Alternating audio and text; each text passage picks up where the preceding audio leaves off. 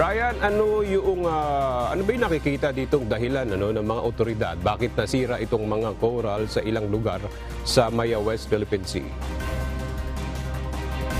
Yan din ang malaking katanungan sa Philippine Coast Guard kung ano ang dahilan. Bakit pagkatapos kunin itong mga corals dito sa dalawang bahura ay ibinalik ito at durug-durug na. Kaya magsasagawa ngayon sila ng investigasyon.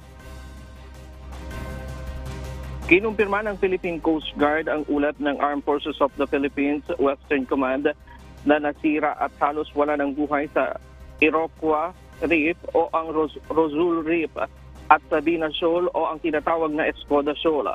Kinuha ang mga corals at dinurog, saka ito ibinalik sa bahura. Hindi pa daw alam ng PCG kung ano ang intensyon sa gumawa nito.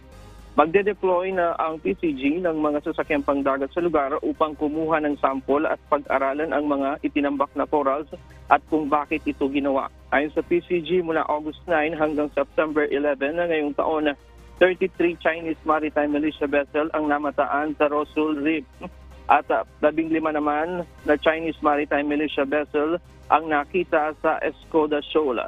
Dudulog din sila sa DFA hinggil dito para sa kaukulang diplomatic protest. Ang Iroquois Reef ay bahura malapit lamang sa Recto Bank na mayaman sa langis at natural gas. Ang Sabina Shoal naman ay ang tagpuan ng mga barko ng PCG at mga supply vessel kapag nagkakaroon ng rotational at resupply mission sa Ayungin Shoal. Ayon sa PCG, hindi sila nagpapabaya sa pagbabantay sa mga karagatang sakop ng teritoryo ng bansa pero kulang talaga tayo sa mga patrol vessel sa lawak ng ating mga karagatan. At yan muna ang latest mula dito sa Maynila. Balik sa iyo, Aga. Maraming salamat, Ryan Lacanale.